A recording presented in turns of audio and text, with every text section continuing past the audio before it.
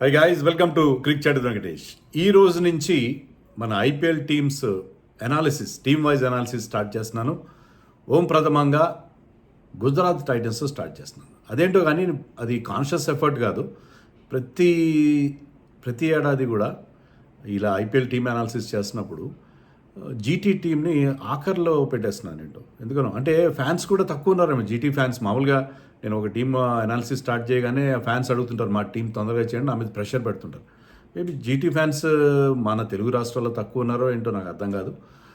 But ఆ రకంగా లాస్ట్కి వెళ్ళిపోతుంది. మరి ఈసారి ఎందుకు అలాగా ఏ టీం నేను ఎందుకు అలా డిస్క్రిమినేషన్ చేయడం నాకు నచ్చలేదు. సో ఈసారి స్టార్టింగే నేను గుజరాత్ టైటన్స్తో చేస్తున్నాను. సో గుజరాత్ టైటన్స్ మీకు తెలుసు, very very consistent team. It is like New Zealand లాగానే. ఎందుకంటే న్యూజిలాండ్ టీంలో బిగ్ స్టార్స్ కనబడరు.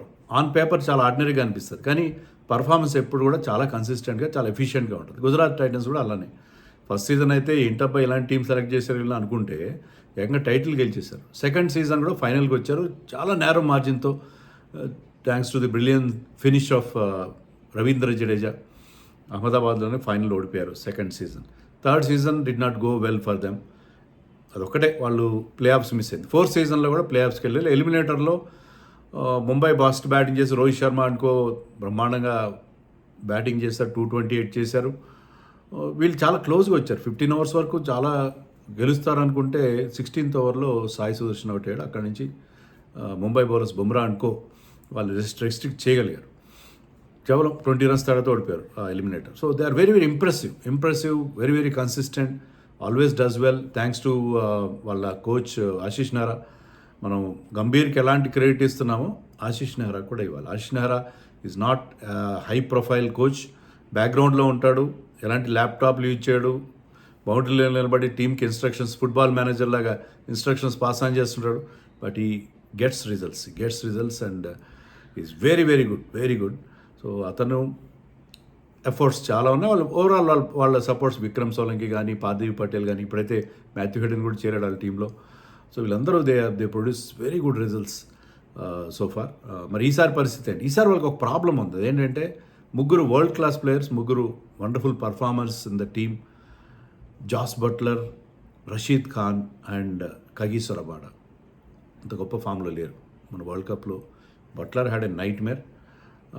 రషీద్ ఖాన్ ఓవరాల్గా కొంతకాలంగా అతని గ్రాఫ్ పడిపోతూ వస్తుంది. రబాడా కూడా had a very ordinary world cup అని చెప్పాలి. వీళ్ళు ముగ్గురు వరల్డ్ క్లాస్ ప్లేయర్స్. వాళ్ళ పర్ఫార్మెన్స్ డౌన్ అవ్వడం కొద్దిగా వాళ్ళకి ఇబ్బంది. But they have very good players. Last time వీళ్ళ టీం నుంచే orange cap winner Sai Sudharsan, purple cap winner Prasidh Krishna వచ్చాడు. Shubman Gill also had a very good season last season. So వాళ్ళకి టాలెంట్ విషయంలో కొదవలేదు.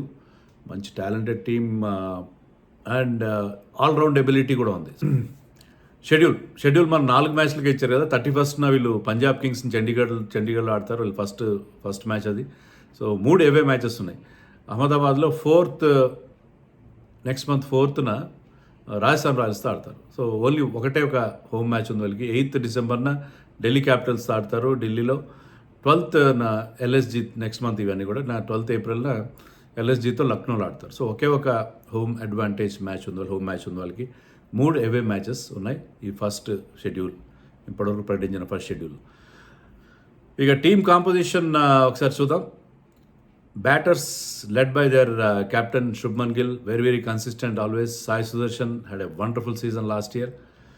షారుఖ్ ఖాన్ అండ్ రాహుల్ తెవతియా, వీళ్ళు నలుగురు ప్యూర్ బ్యాటర్స్. తెవతియా ఇప్పుడు బౌలింగ్ చేయట్లేదు కాబట్టి I put him in batters category.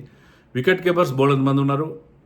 Jos Buttler ఉన్నాడు, కుమార్ కుషాగ్రా, అనుజ్ రావత్, టామ్ బ్యాంటన్ని రీసెంట్గా ఆక్షన్లో వాళ్ళు పర్చేజ్ చేశారు. ఆల్రౌండర్స్ కూడా బోల్డ్ మంది ఉన్నారు. Nishant Sindhu spin bowling all rounder, Washington Sundar another spin bowling all rounder, Glenn Phillips కూడా అంతే, Arshad Khan seam bowling all rounder, Rashid Khan is an all rounder, Manav Suthar left arm spinning all rounder, Jayant Yadav off spinning all rounder and Jason Holder కూడా మంచి ఫామ్లో ఉన్నాడు మొన్న వరల్డ్ కప్లో. అతను కూడా ఈ టీంలో యాడ్ అయ్యాడు. ఇంకా బౌలర్స్ విషయానికి వస్తే Sai Kishore, Ishant Sharma, Gurnoor Brar, tall pacer Gurnoor Brar, Kagiso Rabada, Mohammed Siraj, Prasidh Krishna, Prithviraj Yarra from Andhra, Luke Wood left arm pacer from England, and Ashok Sharma very very impressive కదా.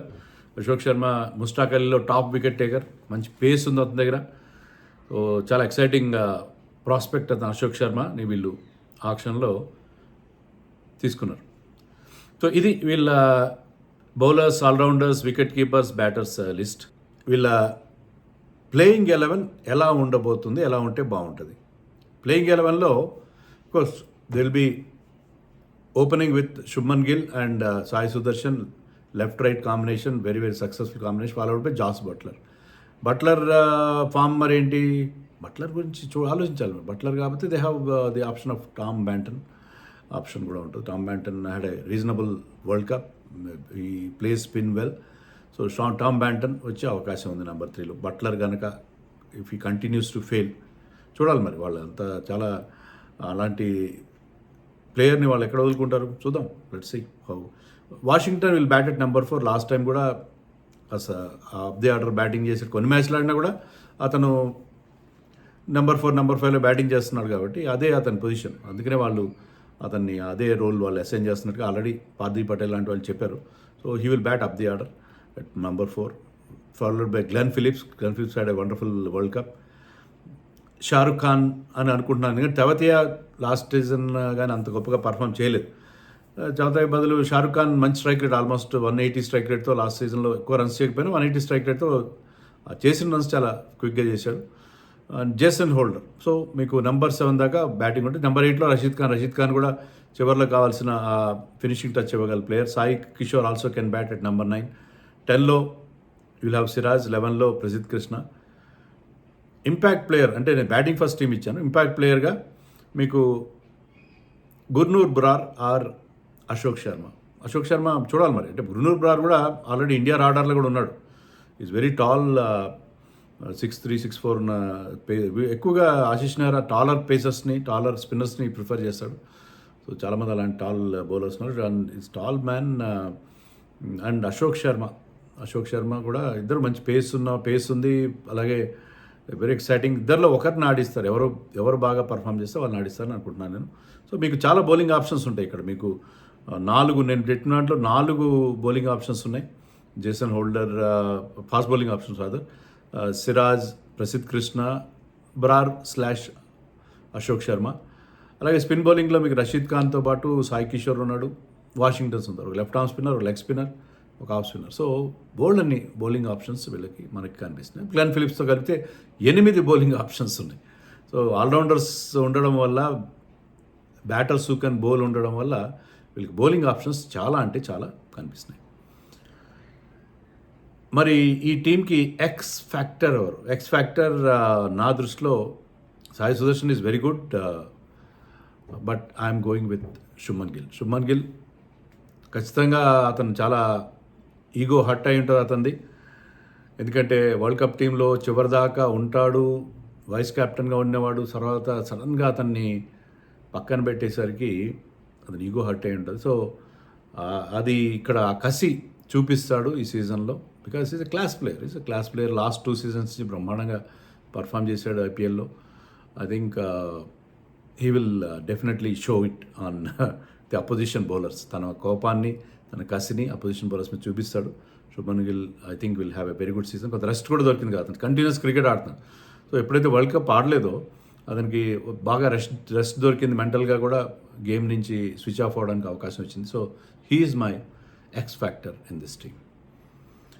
ఇక టీమ్ స్ట్రెంగ్త్స్ అండ్ వీక్నెసెస్ ఏంటి? వీళ్ళ స్ట్రెంగ్త్ ఏంటంటే టాప్ త్రీ ముగ్గురు కూడా ఆరెంజ్ క్యాప్ గెలిచిన వాళ్ళే కదా. Tons and tons of runs చేసిన వాళ్ళు, బోల్డ్ అండ్ రన్స్ చేసిన వాళ్ళు ముగ్గురు కూడా. సో 700 పైగా రన్స్ చేసిన వాళ్ళు ముగ్గురు కూడా. సో వాళ్ళు ముగ్గురు త్రిమూర్తులు, టాప్ 3 ముగ్గురు వాళ్ళ ప్రధానమైన బలంగా మనం చెప్పుకోవాలి. తర్వాత ఆల్రౌండర్స్ నేను చెప్పినట్టుగా మన 11లోనే వాళ్ళకి 8 బౌలింగ్ ఆప్షన్స్ కనిపిస్తున్నాయి. దాంట్లో వేరే వెరైటీ కూడా ఉన్నాయి. ల్యూక్వుడ్ లాంటి లెఫ్ట్ ఆర్మ్ పేసర్ ఉన్నారు, టాల్ పేసర్స్ ఉన్నారు.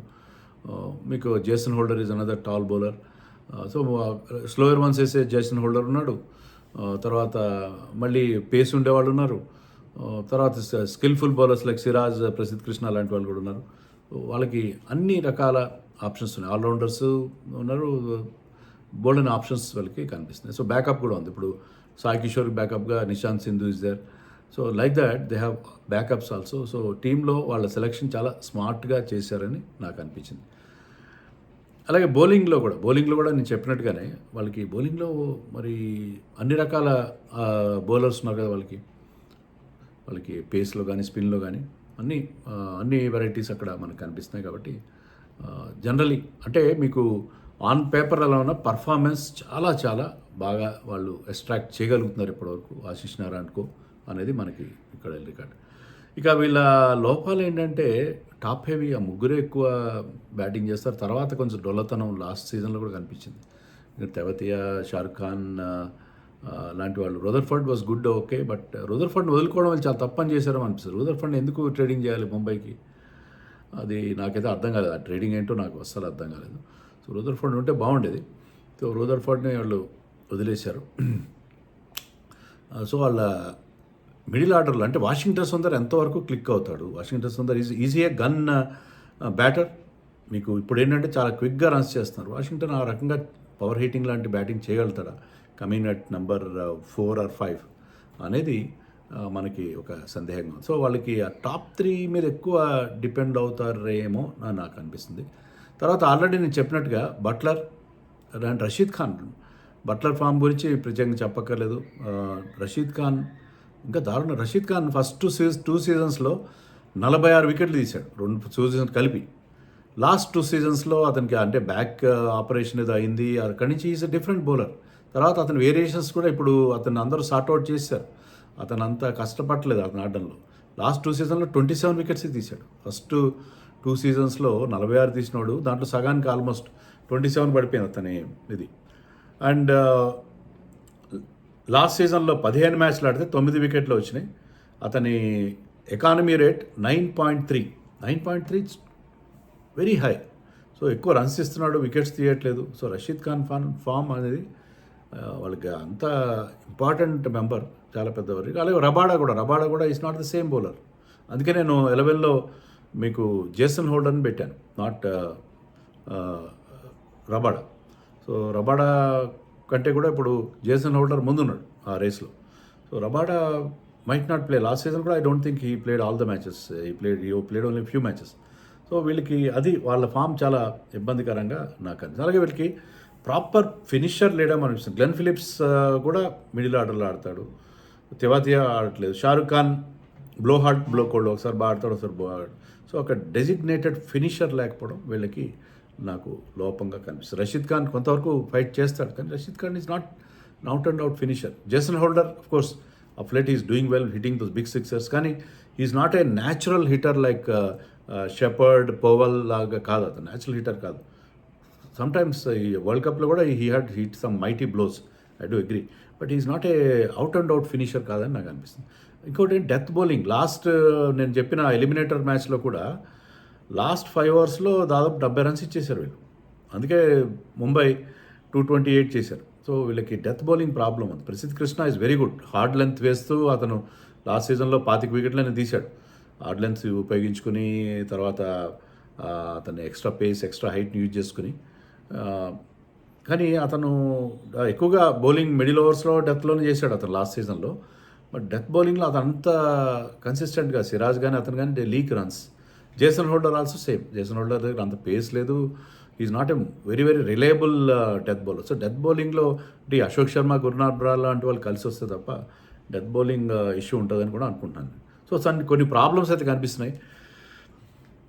వీళ్ళ గేమ్ ప్లాన్ ఎలా ఉండాలి? వీళ్ళ గేమ్ ప్లాన్ విషయంలో నేను ఏమంటున్నానంటే, ఈ ముగ్గురు సీనియర్ ప్రోస్ ఉన్నారు కదా, ముగ్గురు world class players, Rashid Khan, Buttler and Rabada almost 11లో ఉండడని అనుకుంటున్నాను. మిగతా వాళ్ళిద్దరిని ఆడిస్తారు 11లో, కానీ వాళ్ళ పర్ఫార్మెన్స్ విషయంలో తొందరగా నిర్ణయం తీసుకోవాలి. ఎందుకంటే వేరే టీంని వాళ్ళు బిల్డ్ చేసుకోవాలన్నా కూడా టామ్ బ్యాంటన్తోనో, లేకపోతే మీకు రషీద్ ఖాన్ ప్లేస్లో మరొక స్పిన్నర్తోనే, జయంత్ యాదవ్ లాంటి వాళ్ళు, నిశాంత్ సింధు లాంటి వాళ్ళు ఉన్నారు కదా, స్పిన్నర్స్ ఉన్నారు కదా.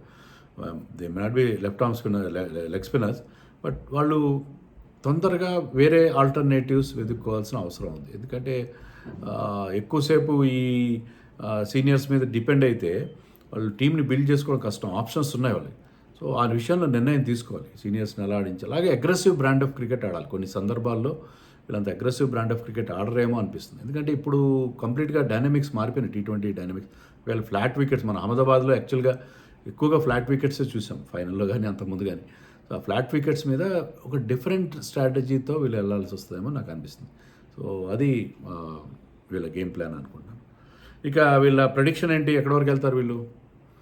ఐ డోంట్ థింక్ వీళ్ళు ఈసారి ప్లే ఆఫ్స్కి వెళ్తారేమో అనిపించాడు. ఎందుకంటే వీళ్ళకి లోపాలు ఉన్నాయి కదా, సీనియర్ ప్లేయర్స్ కొంతమంది ఫామ్లో లేరు.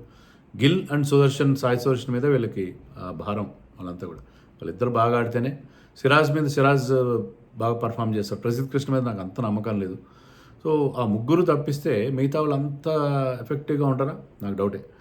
సో అందుకని ఈ టీం మీద నాకు అంత హై హోప్స్ అయితే లేవు.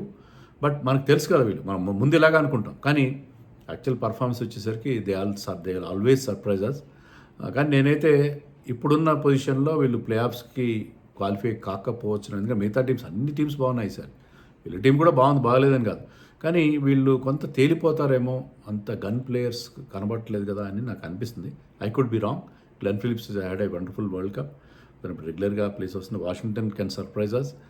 అదే మిడిల్ ఆర్డర్లో వీళ్ళకి ఆ స్ట్రెంత్ వచ్చే అవకాశం కూడా ఉంది. బట్ ఓవరాల్గా నాకు అంత ఇంప్రెస్ కావట్లేదు నేను. మరి మీరేమనుకుంటున్నారు కామెంట్స్లో చెప్పండి.